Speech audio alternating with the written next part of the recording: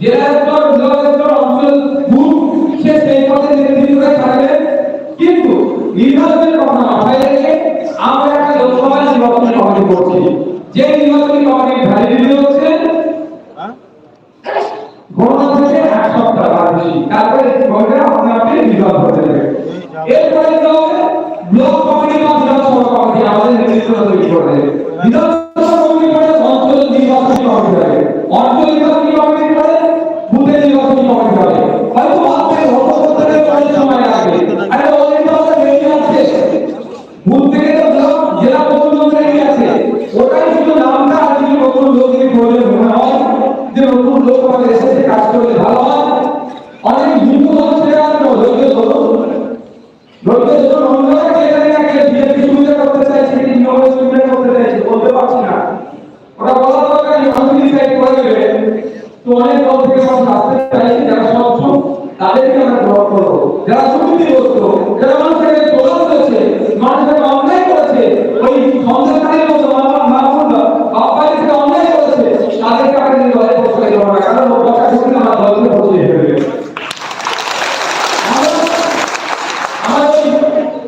Electronic বন্ডের মাধ্যমে টাকার মাধ্যমে পার্টি চলে না। আমরা গরিব মানুষ, সাধারণ মানুষ, আমরা আমাদের গ্রামের টাকা দিয়ে পাস করছি। এই হলরা পুরো দালালি আমাদের দেয়, আমরা আমাদের গ্রামের টাকা দিয়ে করতে হচ্ছে। এই যে নিজেদের গাড়ি দিয়ে খরচ করে নিজেদের টাকা দিয়ে আসেনি। সুতরাং আমরা যখন আমাদের গ্রামের টাকা দিয়ে পার্টি করবো আমাদের দলের মধ্যে, হ্যাঁ আপনার দল, আপনার দল, আপনার দল, আপনার দলের মধ্যে কোনো রকম অবাঞ্ছিত লোককে আপনারা ঢুকতে দেবেন না।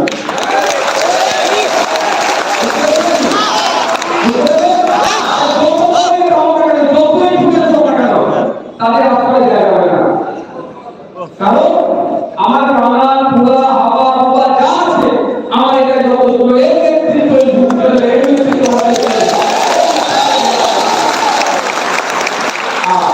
অন্য দলের আইডিওলজি থেকে আমাদের আইডিওলজি ভালো লাগে যদি আসে রাজ্য কমিটি আছে বিবেচনা করলে তারপরে করা হবে, তার পাশে কমিটি সেটা আমাদের দেখতে হবে। আপনারা বলুন না সমাজের মানুষের আজকে আমাদের কাছে দাঁড়াচ্ছে, কেমন আছে আমাদের কাছে?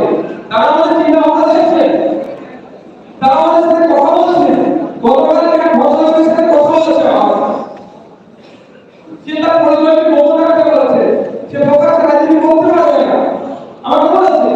কিন্তু তিনি যথেষ্ট পটেনশিয়াল, তিনি অনেক ভাষা আপনার আমি সেই সব কথা বলছে, তো ভালো কথা বলে যুক্তি দিয়ে আগামী দিনে বলে তিনি আশ্বস্ত করলেন, বলে দেখুন আইএসএফ বলতে আমরা আশা আলো দেখতে পাবো যে দুর্নীতিমুক্ত সমাজ ব্যবস্থা এখানে মায়েদের 500,000 টাকা কেনার চেষ্টা করছে, তার বাবাটা 10 থেকে পার্টি অফিসের মামলাদেরকে নিয়ে আসার চেষ্টা হচ্ছে, বাবাদের জমি কেড়ে নেওয়া হচ্ছে। এক কথায় পাড়াতে একটা বয়স্ক লোক কোনো অন্যায় করলে বয়স্ক লোক হিসাবে সমস্যাকে সমাধান করতে আসলে ওই শাসকের চাটা নেতারা খিস্তি খাওয়া হয়, তারা মুখ বলছে না। এই সমাজ ব্যবস্থাতে সমাজের একটা সুরক্ষিত হয়ে গেছে।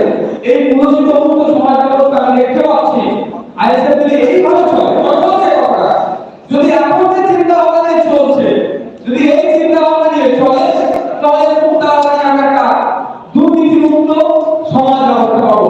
সেই জন্য আপনারা এসেছি। কিন্তু একটা কথা বলছে, যদি এইভাবে চলে এটা আমাদের মাথায় রাখতে হবে, আমরা আবেগে ভাসতে হবে না, আবেগে ভাসতে হবে না, বাস্তবের সাথে মিশে থাকতে হবে।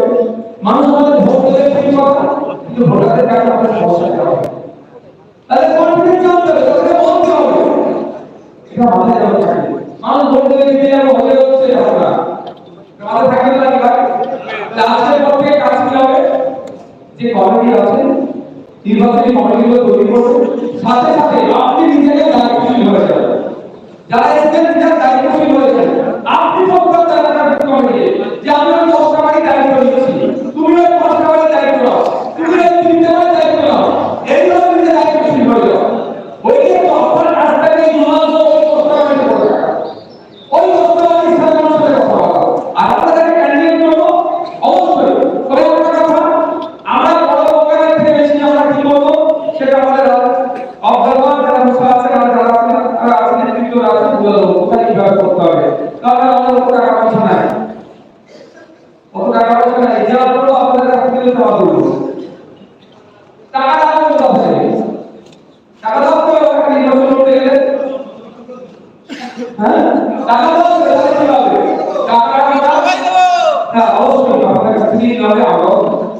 সহযোগিতা করবো, সেটা আমরা বিল আছে আমাদের, বিল ছাড়া কেউ 1 টাকা দেবে না। যত ভালোবাসার জন্য সে যদি টাকা দিতে চান, আপনি কি করবেন, বিল করবো না।